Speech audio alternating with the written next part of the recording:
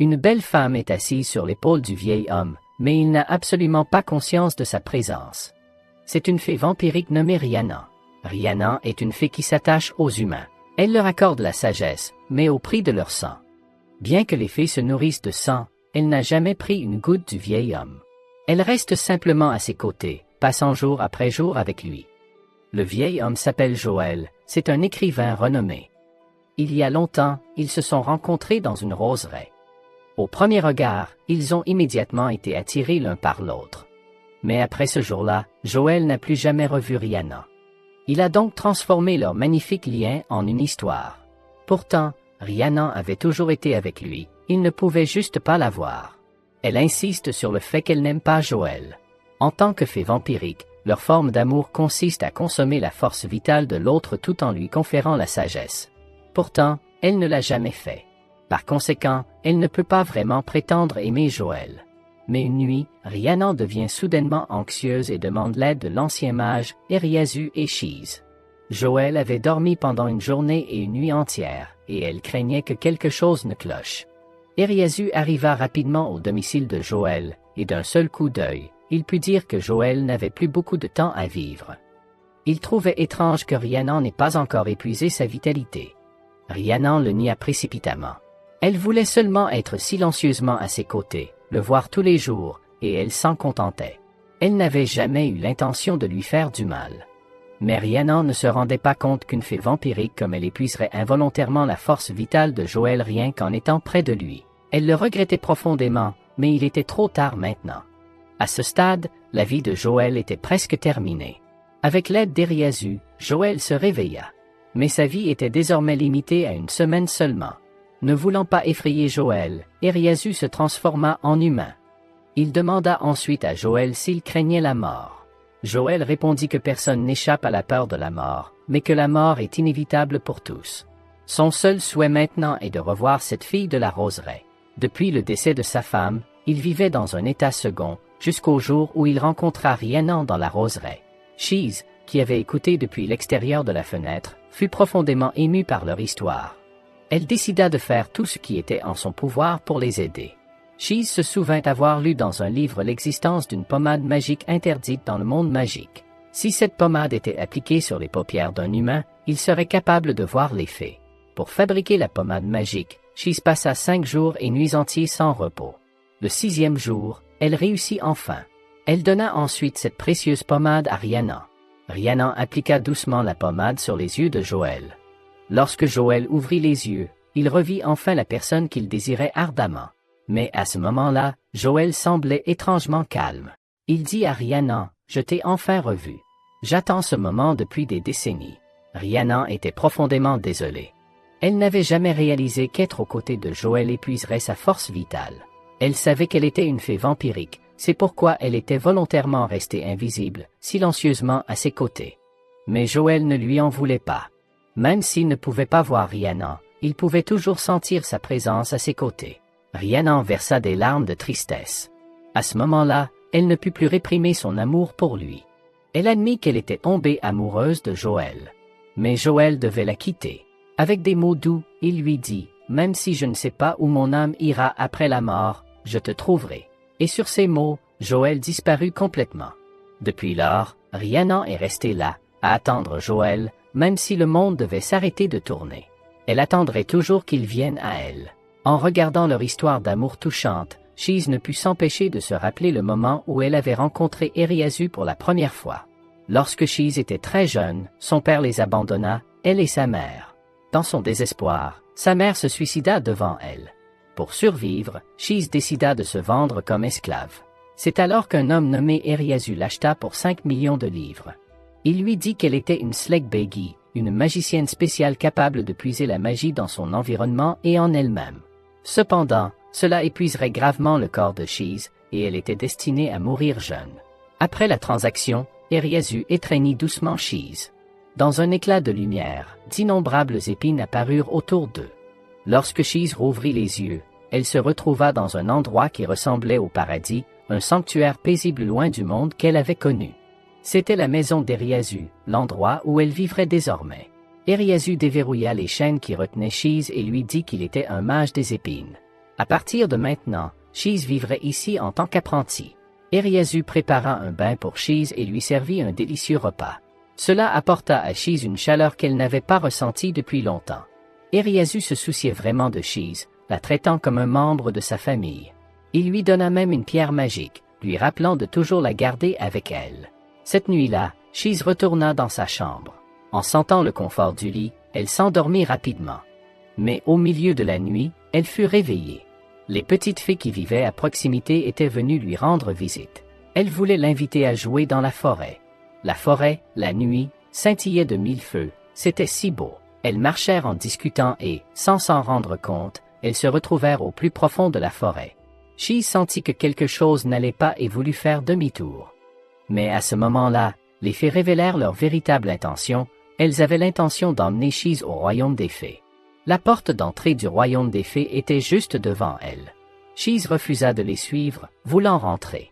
Mais les fées refusèrent de la laisser partir et commencèrent à l'ensorceler, lui disant qu'elle avait toujours été une âme sans foyer.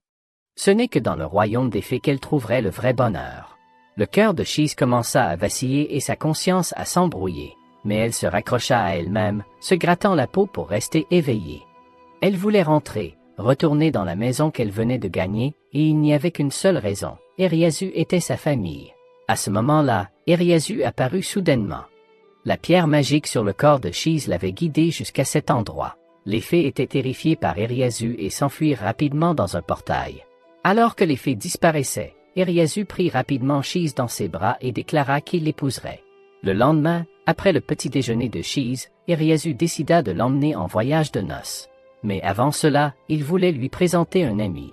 Alors qu'il marchait dans la rue, Ériazu utilisa la magie pour transformer son crâne en l'apparence d'un bel homme. Il voulait ainsi éviter tout problème inutile. Il s'attendait à ce que Chise le complimente, mais celle-ci trouva cela plutôt étrange. Ils arrivèrent ensuite dans un magasin, où la propriétaire, Angélica, était également une mage des épines.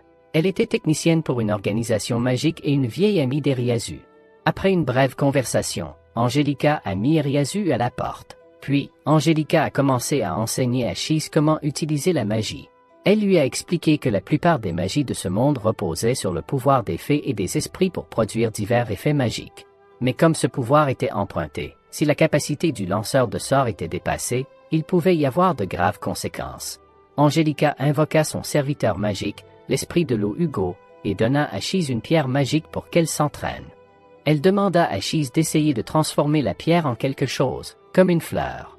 Chise commença donc à méditer, et la scène de sa mère l'emmenant voir une mer de fleurs flottait dans son esprit. Alors que la magie autour d'elle se renforçait, Ériazu apparut soudainement et l'arrêta. Elle découvrit que l'air autour d'elle était rempli de fleurs magiques formées à partir des pierres magiques. Le visage d'Angélica devint sérieux. Il était clair que cela avait dépassé ses attentes. À ce stade, Ériazu n'avait d'autre choix que de révéler la véritable identité de Chise en tant que Slegbegi. Il avait gardé cela secret pour la protéger, car si sa véritable identité était découverte, elle serait en grand danger. Après avoir appris la vérité, Angélica se mit au travail. Avec l'aide d'Hugo, les fils magiques dansèrent dans les airs. Bientôt, Angélica avait créé un ensemble d'outils magiques pour Chise. Après un simple adieu, Chise partit avec Angélica.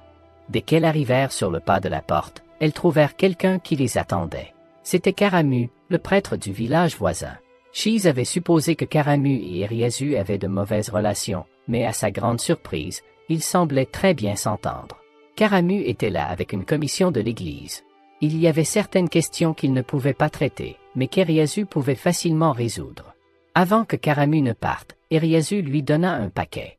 Chise était curieuse de savoir ce qu'il contenait. Karamu lui expliqua que le paquet contenait des herbes médicinales fabriquées avec de la magie. Après le départ de Karamu, Ériazu dit à Chise que tous les villageois des environs avaient bénéficié de la gentillesse d'Ériazu. En tant que mage des épines, Ériazu s'était déjà intégré dans la vie des humains ordinaires.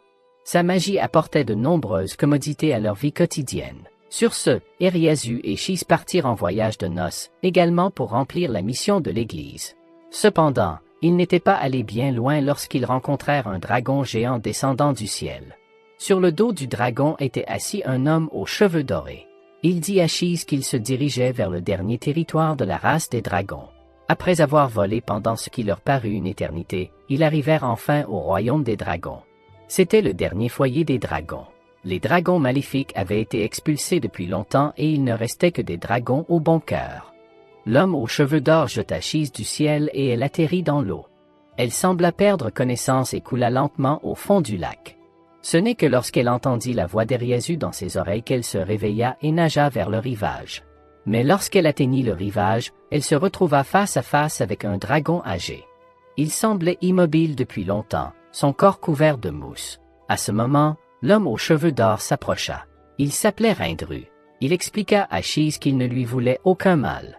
Il voulait simplement voir la fiancée d'Ériazu, car la nouvelle de la fiancée d'Ériazu s'était récemment répandue comme une traînée de poudre.Ériazu était en fait arrivé ici il y a longtemps, se cachant dans l'ombre de Chise pour la protéger.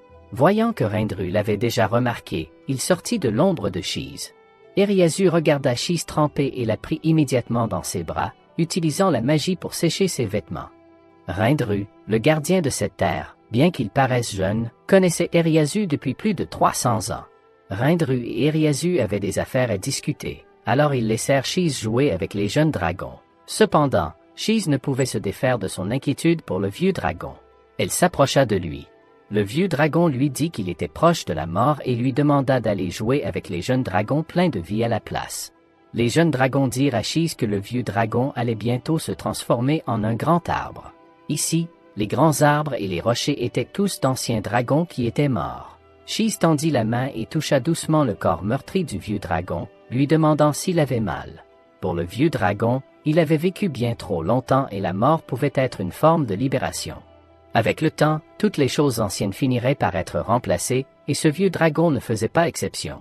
Mais il n'avait pas peur. Les dragons, contrairement aux humains, vivaient pleinement chaque instant de leur vie et aspiraient à retourner à la nature après la mort. Chise ne put s'empêcher de réfléchir à son propre passé. Dans ses souvenirs douloureux, elle était rejetée par tout le monde. Personne ne l'aimait. Sa vie ne semblait pas valoir la peine d'être vécue. À un moment donné, Chise avait même pensé à mettre fin à ses jours. C'est alors que le vieux dragon lui adressa la parole. Ceux qui sont en vie ne devraient pas envier ceux qui sont sur le point de mourir. Les paroles du vieux dragon interrompirent le cours de ses pensées.